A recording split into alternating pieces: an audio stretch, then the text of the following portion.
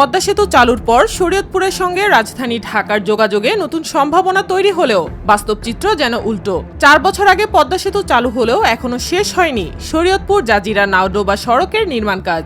কোথাও চলছে কার্পেটিং, আবার কোনো অংশে খানাখন্দে ভরা সরু সড়কে ঝুঁকি নিয়ে চলছে যানবাহন। ফলে প্রতিদিনই বাড়ছে দুর্ভোগ, ঘটছে দুর্ঘটনা। তাই প্রশ্ন উঠছে, আর কতদিন অপেক্ষার পর পদ্মা সেতুর সঙ্গে মিলবে শরীয়তপুরের নিরাপদ ও নির্বিঘ্ন সড়ক যোগাযোগ?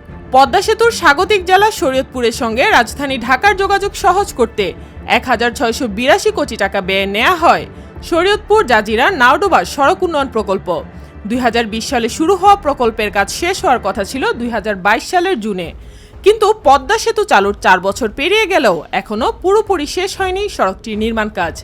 4 দফা মেয়াদ বাড়ানোর পরও প্রকল্পের অগ্রগতি মাত্র 70%।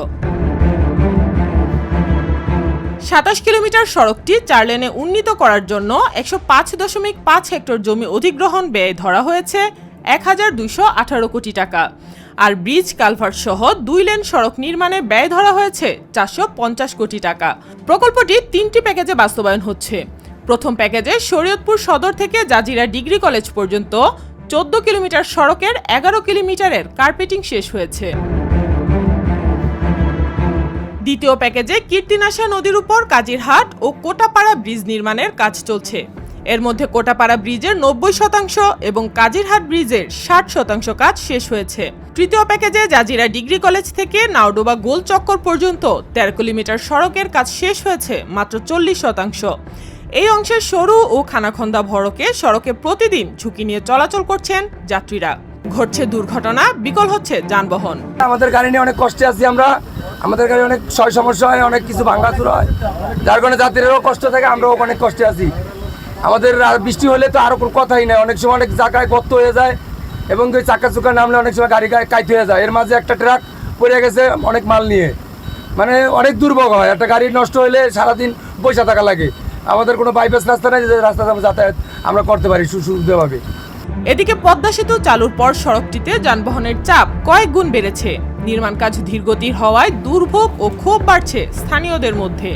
রাস্তাঘাট ভাঙা, তারপর এর মাঝে 2-3টা বাস পড়ে গেছে, ট্রাক পড়ছে, তারপর গাড়ির ক্ষতি হয়, আমাদের সময় নষ্ট হইতেছে, মানে টোটাল আমাদের সব কিছু দিয়ে আমার ক্ষতি। আমাদের দাবি তাড়াতাড়ি রাস্তাগুলো একটু ঠিক করার দরকার, ইমার্জেন্সি। কারণ আমাদের এই রোডটাও তো একটু ক্ষতি, এটা অনেক ভাঙাচোরা, তারপর ব্রিজ নাই, একটা বাস গেলে আরেকটা বাস দাঁড়ায় থাকতে হয়, মানে টোটাল দিয়ে আমাদের সবকিছু ক্ষতি। সড়ক বিভাগ বলছে জমি অধিগ্রহণ সম্পন্ন না হওয়ায় প্রকল্পের কাজে গতি আনা যাচ্ছে না। ধীর গতিতে কাজ করছে কাজিহাট ব্রিজ, হ্যাঁ খুবই আস্তে কাজ হচ্ছে। হ্যাঁ, এখানে আমরা ঠিকাদারকে বারবার চিঠি দিয়েছি, এখনো দিয়ে যাচ্ছি। তো যদি সে সামনে ওইভাবে কাজ না করতে পারে আমরা পরবর্তী ব্যবস্থা গ্রহণ করব। প্রথম দফায় 2022 সালের জুনে শেষ হওয়ার কথা থাকলেও মেয়াদ বাড়িয়ে 2024 সালের জুন করা হয়েছে। এরপর তৃতীয় দফায় 2026 সালের জুন এবং সর্বশেষ চতুর্থ দফায় 2027 সালের জুন পর্যন্ত মেয়াদ বাড়ানো হয়েছে।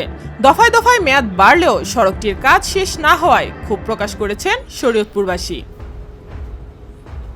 সাইমা আক্তার, নিরপেক্ষ। নিরপেক্ষ, সত্য প্রকাশে আপোষহীন।